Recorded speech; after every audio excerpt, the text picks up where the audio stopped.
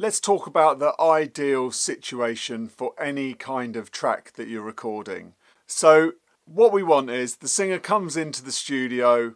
If we're talking about a singer and a band and an artist, that kind of way. The singer comes in, it's Adele. She's got a great voice. She comes in, she sings. You don't have to put much compression on. You don't have to do a lot to the voice because it's all sounding really nice. It's great. It's lovely.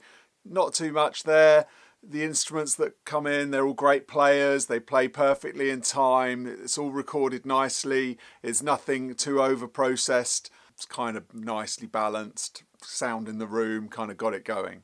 Next stage is it goes to the mix engineer. Well, the vocal already sounds nice. I'm not going to do too much to that. The instruments, yeah, they're really cool, aren't they? Maybe I'll just sort of get them at zero, rebalance them a bit, and just get the mix so it's really working nicely. They're all playing their parts. There's not any instruments in there that shouldn't be in there. There's no sounds that shouldn't be in there because each part is playing its own part in the frequency range. I've balanced it off and it's panned correctly. So then we send it off to mastering. The mastering guy goes, wow, the balance is nice.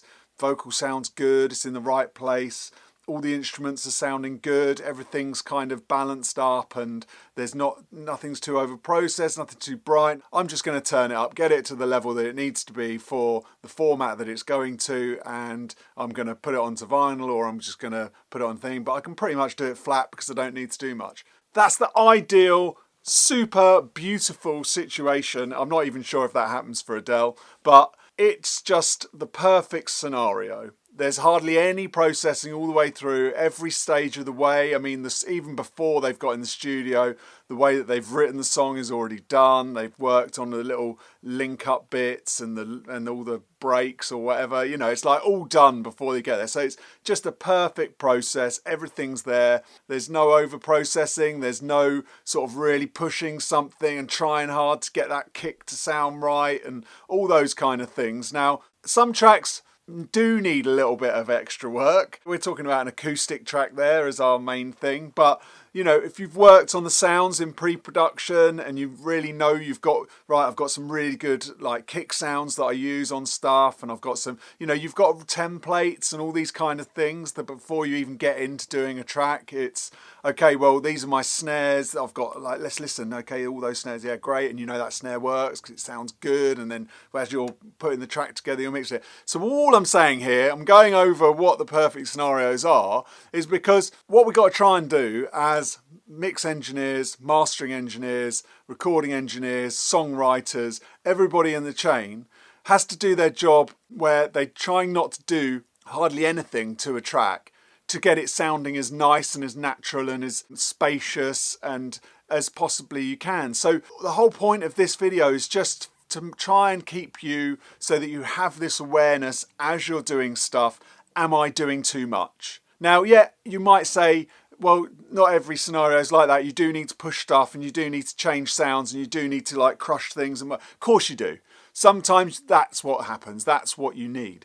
But this is just a video purely for your own self-awareness of what am I doing? Have I got too much in? I totally do this all the time because you can get carried away. Before you know it, you've gone so far with something and I've got 20 plugins on, 5 bits of outboard, and it's just like, I'm A-Bing it, and I'm like, well, it sounds different, but is it better? Because I've got so much processing going on. Okay, strip that, I'll strip that. Like, start again, let's see if I can do this with one thing, rather than 20 things. Let's not over-process this. Try and keep this as natural as the mix engineer wanted it, from my point of view. Same with the mix engineer. Let's try and keep this as natural as when they're in the studio making it. You know, so it's just that kind of self-awareness to know I'm killing this. I'm going over the top. I'm pushing it too far. I'm actually taking away from it than I am actually adding to it or enhancing it. So why am I bothering? Just because I've got that bit of equipment and I want to use it because it cost me a certain amount of money, so it's going on everything basically. Or I've got this new plugin, it's brilliant, it worked on that track, it's going to work on this one, and it's going to be on the drums, it's going to be on the guitars, it's going to be on everything. So I think you understand what I'm saying to you. I won't bang on about it any longer. Just have that awareness as you're working on things. Am I doing too much? Do I need to just back off a bit, take myself out of this, just listen to it? What's it doing? Why is it doing it? And do I need to have all this amount of gear on? I hope that helps you when you're next working on something.